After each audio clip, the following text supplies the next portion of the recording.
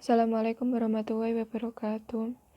Asyhadu an la ilaha illallah wa la syarikalah wa asyhadu anna Muhammadan abduhu wa rasuluh la nabiyya ba'da. Rabbi israh li sadri wa yassir li amri wahlul 'uqdatam min lisani yafqahu qawli. Puji syukur kita haturkan kepada Allah Subhanahu wa taala, meskipun dengan kondisi saat ini yang masih pandemi, yang kita masih di rumah, tidak bisa melakukan kegiatan pembelajaran secara tatap muka secara langsung. Alhamdulillah sampai saat ini kita masih diberikan kesehatan, diberikan umur yang panjang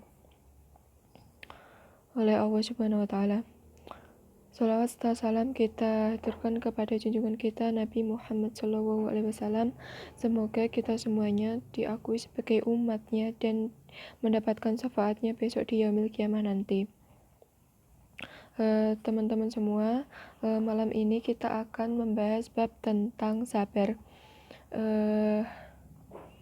di mana bab sabar ini menjadi salah satu inti dari iman kita kepada Allah Subhanahu wa taala, di mana jika kita membicarakan tentang sabar, ini merupakan inti dari ibadah yang kita lakukan.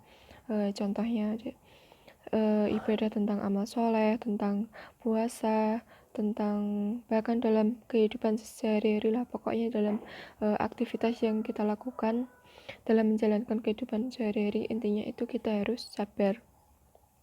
Nah, sabar ini berasal dari kata al-sabru yang artinya menahan diri dari segala keluh kesah. Sedangkan Bapak Muhammad Quraish Shihab mendefinisikannya sebagai menahan diri atau membatasi jiwa dari keinginannya demi mencapai sesuatu yang baik atau yang lebih baik lagi. Sedangkan Allah sendiri itu telah memberitahukan kepada kita atau menginformasikan kepada kita bahwa kita itu perlu yang namanya untuk bersabar. Firman Allah dalam Quran surat Al-Ankabut ayat 1 sampai ayat 3. Mari kita baca bersama-sama.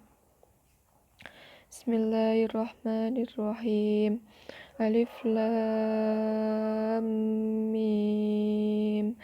Ahasiban nasu ay yutrakuna ay yaqulu amanna wa hum la yuftanun.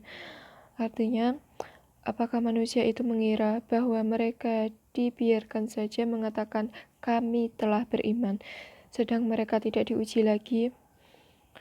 Walaqad fatanna alladziina min qablihim falaya'lamanna Allaha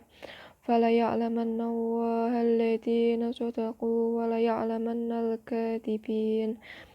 Dan sesungguhnya kami telah menguji orang-orang sebelum mereka, maka sesungguhnya Allah mengetahui orang yang benar, dan sesungguhnya Dia mengetahui orang yang dusta. Melalui surat Al-Ankabut tadi yang telah kita baca bersama-sama dari ayat 1 sampai 3, Allah itu telah memberitahu kepada kita atau menginformasikan kepada kita bahwa ujian dengan keimanan itu tidak bisa dipisahkan. Jadi mereka itu hadir secara bersamaan atau seperti sesuatu yang saling melengkapi. Di mana ada keimanan, maka di situ juga ada yang namanya ujian. Untuk orang yang sudah beriman, untuk orang yang bertaubat, orang yang berhijrah, mereka itu tidak dibiarkan begitu saja.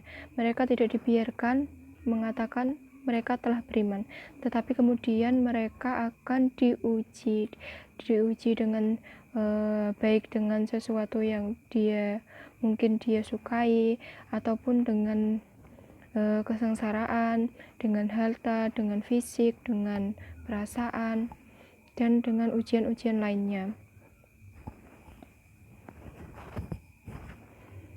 Jadi untuk kita yang masih belajar tentang kesabaran, masih merecovery keimanan kita, maka sebaiknya kita bisa meningkatkan kesabaran kita kepada siapapun.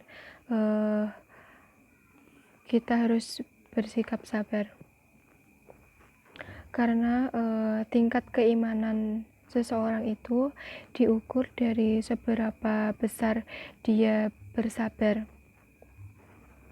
bukan dari seberapa banyak dia tahu tentang dalil-dalil atau tentang hadis atau hujah tentang perilaku sabar atau wawasan tentang ilmu sabar.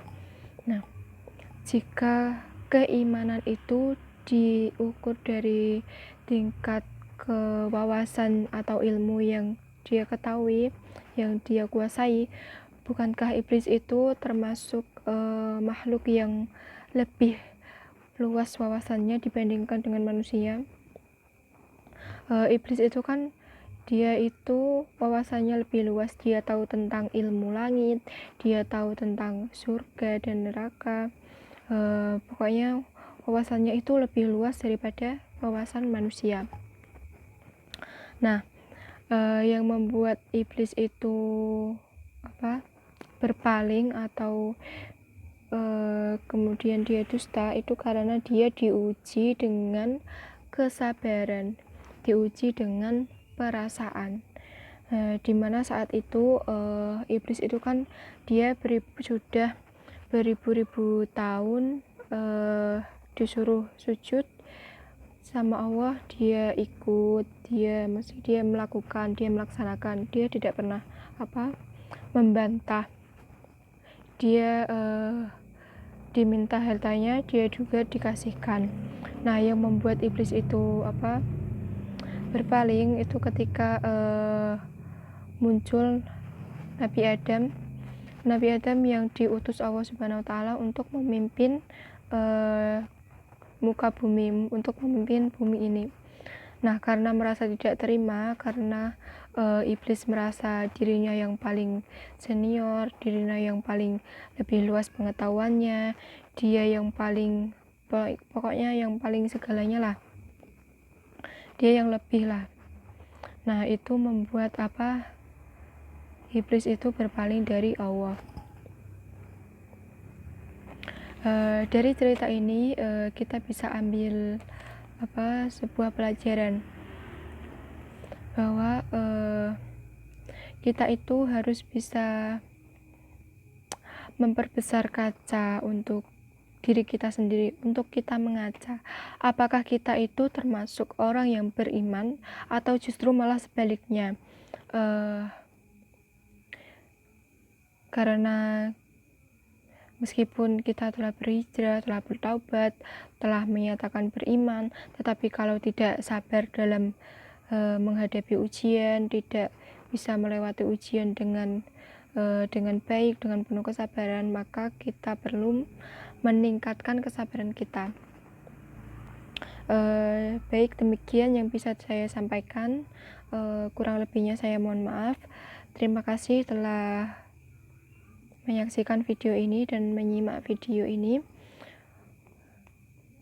Assalamualaikum warahmatullahi wabarakatuh.